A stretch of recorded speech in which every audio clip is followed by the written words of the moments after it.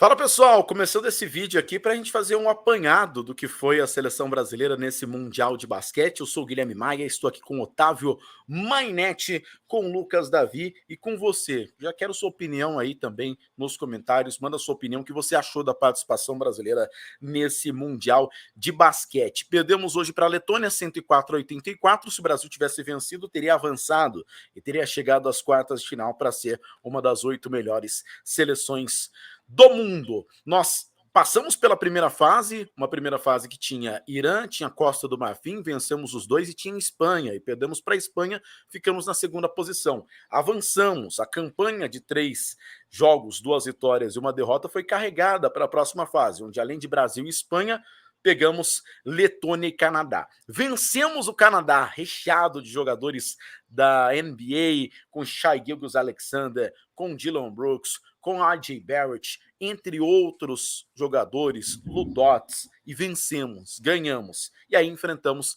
a Letônia hoje, a Letônia que já havia vencido a França, que já havia vencido a Espanha, uma partida fantástica da seleção da Letônia, com aproveitamento incrível na bola de 3, mas ficou aquele gostinho que a gente poderia ter feito uma partida melhor contra a Letônia. E aí, restou para a gente uma possível vaga ainda nesse domingo para as Olimpíadas. Bastava a Sérvia vencer a República Dominicana e a Espanha vencer o Canadá. Os dois times aqui das Américas perderem. Canadá e República Dominicana. República E a Dominicana Itália perdeu. venceu o Porto Rico. E a Itália venceu o Porto Rico, exatamente. República Dominicana perdeu, tomou um sacode da Sérvia. Espanha e Canadá, a Espanha estava venceu durante todo o jogo e conseguiu perder no final. E com isso a gente nem avançou para as quartas de final e nem ficou com a vaga olímpica. Hoje a gente ainda vai disputar o pré-olímpico para tentar a vaga por lá. Lucas Davi, sua análise da participação da seleção brasileira nesse Mundial de Basquete. Eu acho, Guilherme, que assim, se eu for classificar a participação do Brasil no Mundial de Basquete, eu acho uma participação exitosa. O Brasil ele tem muita coisa que pode colher. Coloquei até no Twitter logo após o jogo. Eu vejo muito mais motivos para a gente ficar feliz com a participação do Brasil do que para ficar triste. Óbvio que ninguém gosta de perder. Perder é uma merda. Sempre será. Perder sempre será uma merda. E principalmente dado o contexto, né? O Brasil chegou a liderar o jogo por 2 pontos, né, no terceiro período. E foi exatamente no começo do terceiro período, e aí muito pouco depois acontece a quarta falta do Bruno Caboclo, que é o grande divisor de águas na partida. Deixando a partida de hoje um pouco de lado, que eu acho que a gente vai falar um pouco dela mais para frente, mas falando da participação do Brasil no Mundial de uma forma geral, acho que foi um ótimo torneio para consagrar de uma vez por toda o Caboclo e o Iago como as caras da geração, né? Como os donos da seleção, por assim dizer, e os jogadores que vão ser os pilares, né? As próximas convocações certamente serão ao redor desses jogadores. E também não tem como não destacar a falta que o Raulzinho fez ao Brasil em todo o campeonato. Não, o Raulzinho que sai machucado ali ainda no primeiro jogo contra o Irã. Eu acredito muito que existiu um mundo, em algum multiverso por aí, o Brasil passou invicto nas 2 fases de grupo porque o Raulzinho não se machucou. Otávio, e você? Qual sua análise aí sobre essa participação brasileira nessa Copa do Mundo de basquete com 5 jogos, 3 vitórias e 2 derrotas? Existem tantos multiversos onde a gente estaria hoje aqui, nesse exato momento, gravando esse vídeo com um sorriso no rosto, que eu fico até triste em pensar que a gente está justamente no que a gente não só não conseguiu a classificação para as quartas finais, como não conseguimos ainda garantir nosso ticket para Paris 2024, ainda nesse Mundial. Agora, de fato, rapazes, eu sei que eu não deveria, mas eu estou mais revoltado, porque eu sei que só dependia da gente, mas aquilo que o Lucas falou durante a nossa transmissão aqui do Jogo do Brasil, né? Questão de alinhar as expectativas mesmo. Quando a gente vê a Espanha perdendo esse jogo para o Canadá no último momento, me dói mais do que a derrota do Brasil, porque a gente sabia que vinha uma pedreira na frente. E assim, eu desafio a qualquer um que está vendo esse vídeo aqui a falar, não, olha só, depois do primeiro jogo, depois da lesão do Raulzinho, a gente chegou até o último jogo da fase de grupos número 2 aqui, com chance de classificar para Paris. Ninguém ia dizer isso. Então, assim, tô com o Lucas Davi. Para mim, essa participação no Mundial é muito exitosa, até porque é aquilo, né? São as bases que a gente constrói para o futuro. E realmente a gente está vendo uma entre-safra aqui, a gente está vendo nomes se despedindo da seleção, né? Imaginamos nós, e outros nomes que estão aí, ó, esperando para pedir passagem, para pedir convocação, Guilherme Maia. Quero saber, Lucas Davi, o que mais que você acrescenta sobre a seleção brasileira nesse Mundial? Algo é um fato. Bruno Caboclo é mais de meia seleção brasileira. Que jogadoraço é o Bruno Caboclo. Ele foi o principal jogador da seleção brasileira em todos os jogos do Mundial. A seleção brasileira hoje passa em torno de Bruno Caboclo. Ele é o jogador acima da média que a gente tem. Isso é uma grande verdade, né? O Brasil sai da Copa do Mundo com 3 vitórias e nos 3 jogos, né?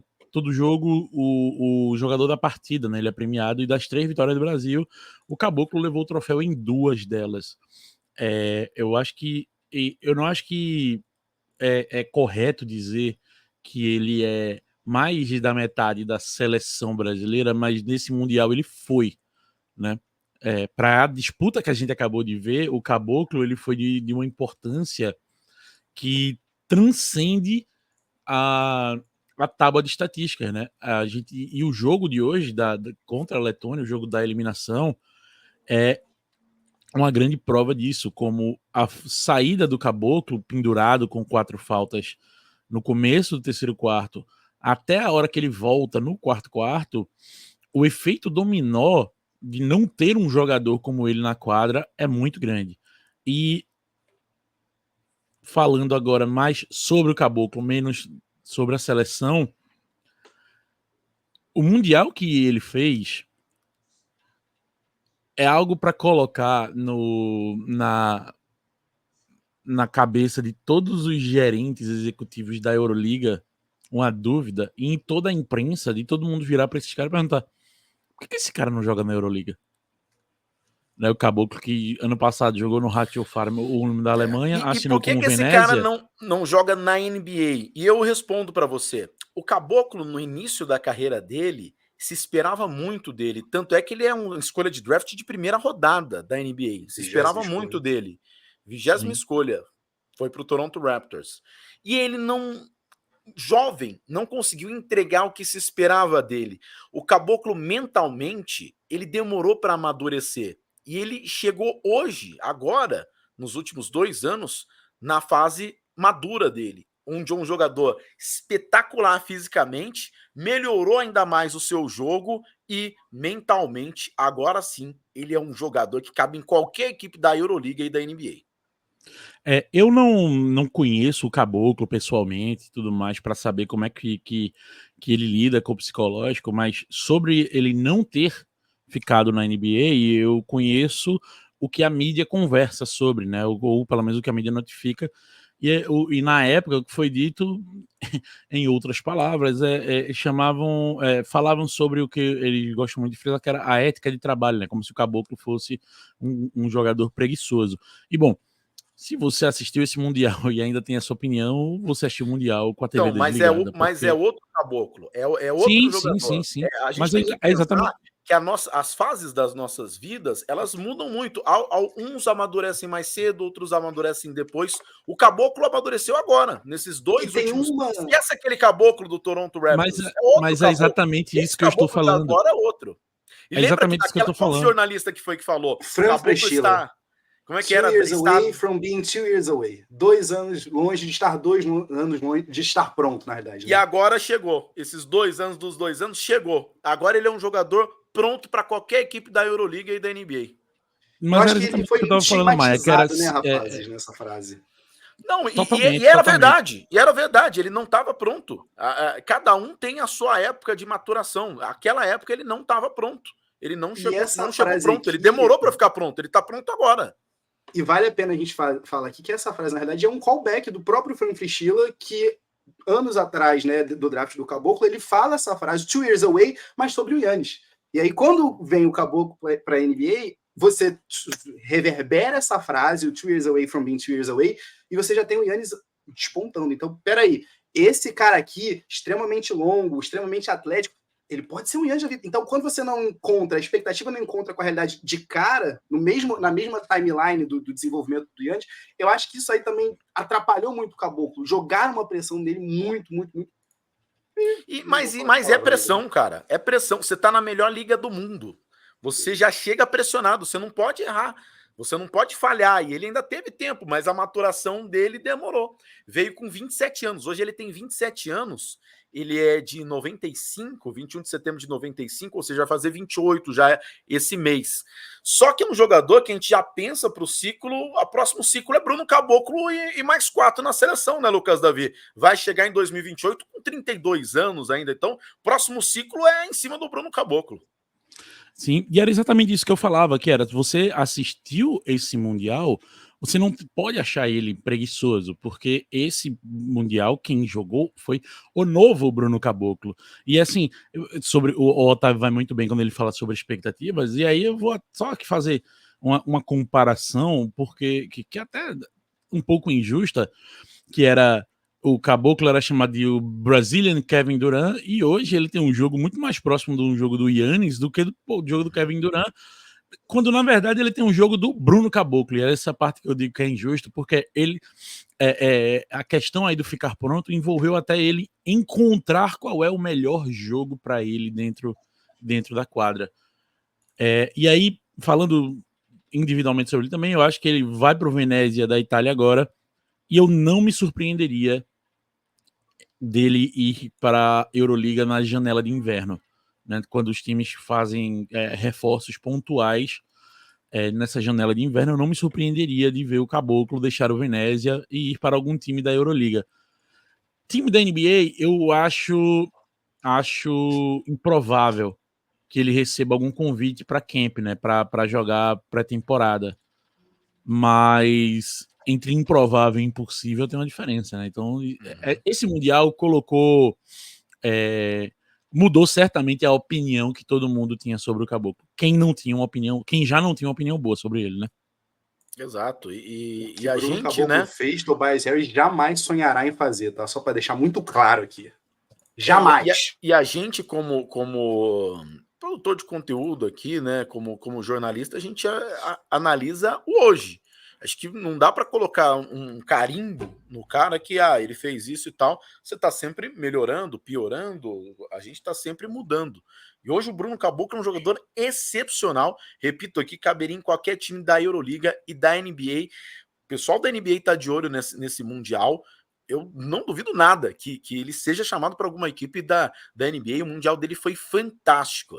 Quero destacar também outro jogador aqui da seleção brasileira, como evoluiu nos últimos anos, Iago Matheus. Ele já jogava muito no basquete brasileiro, foi pro Ratiofarm da Alemanha, campeão lá, melhorou muito mais ainda o seu jogo, MVP das finais.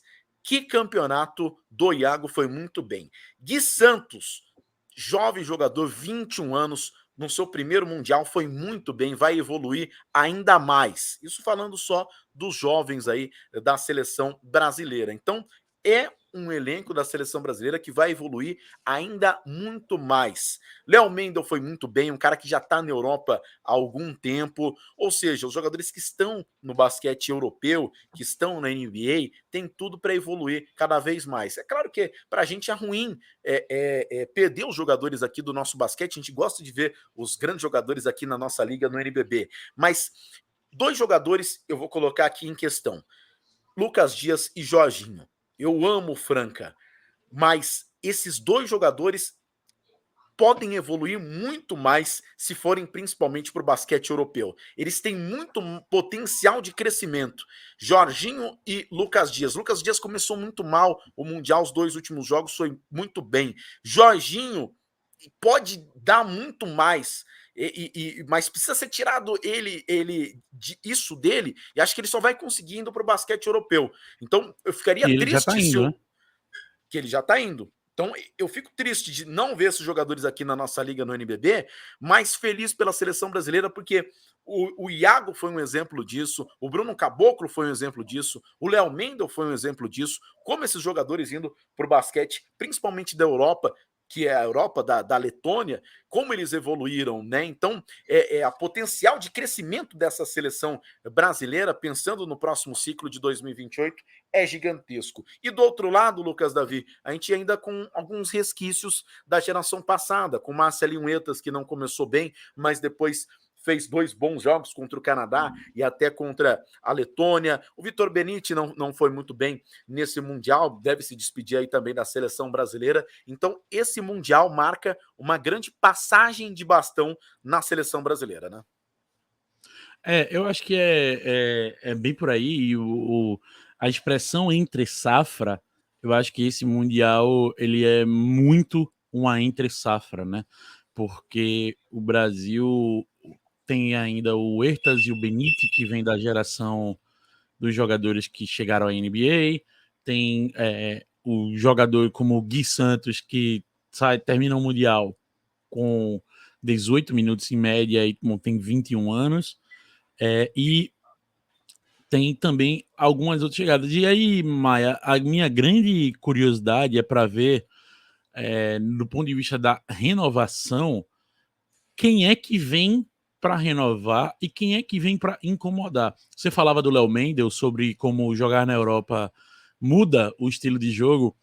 O Léo Mendel, quando jogava no Brasil, ele tinha uma pecha de ser um jogador que só servia para arremessar de 3 e só servia para jogos onde ele estava com a mão quente, que ele não buscava infiltração, que ele não defendia bem, que ele não reboteava bem. E o Léo Mendel, depois que ele vai para a Romênia, foi na Romênia, na primeira passagem dele na Europa? Espanha. Isso é a primeira vez que ele vai para Leb Ouro, na segunda divisão da Espanha. É um outro jogador, um jogador extremamente completo. A evolução técnica dele é um absurdo. E aí eu fico curiosíssimo para ver como é que vão se encaixar aí nessa seleção jogadores como o Alexei, Reinan, como o Márcio. Quero ver. E assim, eu tô aqui falando apenas dos jogadores que estiveram na lista do Gustavinho já, tá? Não tô nem falando sobre o que a pode gente aparecer. Esquece do Didi, que não estava bem fisicamente porque voltava de uma lesão, é um jogador também importante. Exatamente. Então, assim, tem uma galera vindo aí. E do pessoal da geração antiga, eu acho que o Raulzinho ainda tem uma Copa dentro dele, né? Ele chega na próxima Copa com 35 anos. Para o tipo de jogo do Raulzinho e, obviamente, para a liderança dele, pode ser uma presença importantíssima. Vai ser o Marcelinho Huertas dessa Copa, né? Pois é. E aí eu quero ver também, por exemplo, se o Léo Mendel consegue chegar bem, porque o Léo já tem 30 anos, o Lucas Dias tem 27 para 28 anos. Então, assim, são jogadores que estão num momento da carreira que provavelmente vão ter os seus auges aí nos próximos anos, mas a próxima Copa do Mundo daqui a 4 anos, né? Então, daqui um bom tempo. Tem que ver como é que esse pessoal se comporta. A gente já tá vendo lá na frente a Copa do Mundo, mas a gente ainda vai ter o Pan-Americano agora em Santiago, no Chile, em outubro, e teremos ano que vem as Olimpíadas. Mas para isso a gente tem que passar pelo pré-olímpico, já que não conquistamos a vaga nas Américas dentro da Copa do Mundo, vamos ter que jogar um dificílimo pré-olímpico, e aí o objetivo da seleção brasileira se torna se classificar para as Olimpíadas de Paris no ano que vem. Fora isso, a Copa do Mundo de basquete prossegue. Teremos aí, na terça-feira, 2 grandes jogos, Lituânia e Sérvia, Itália e Estados Unidos. E na quarta-feira, teremos Alemanha e Letônia, Canadá e Eslovênia. 4 grandes jogos que a gente vai trazer tudo ao vivo para você aqui no Live Basketball BR. A Copa do Mundo de basquete não para. Galera, curte o vídeo, deixa o seu like, se não é inscrito no canal, se inscreva, ativa o sininho. Vem muito mais Copa do Mundo por aí. Vamos continuar cobrindo a seleção brasileira e vem aí os Jogos Pan-Americanos, Olimpíadas ano que vem e a próxima temporada da NBA. O basquete não para. Manda sua opinião aqui nos comentários, ela é muito importante pra gente. Valeu, pessoal!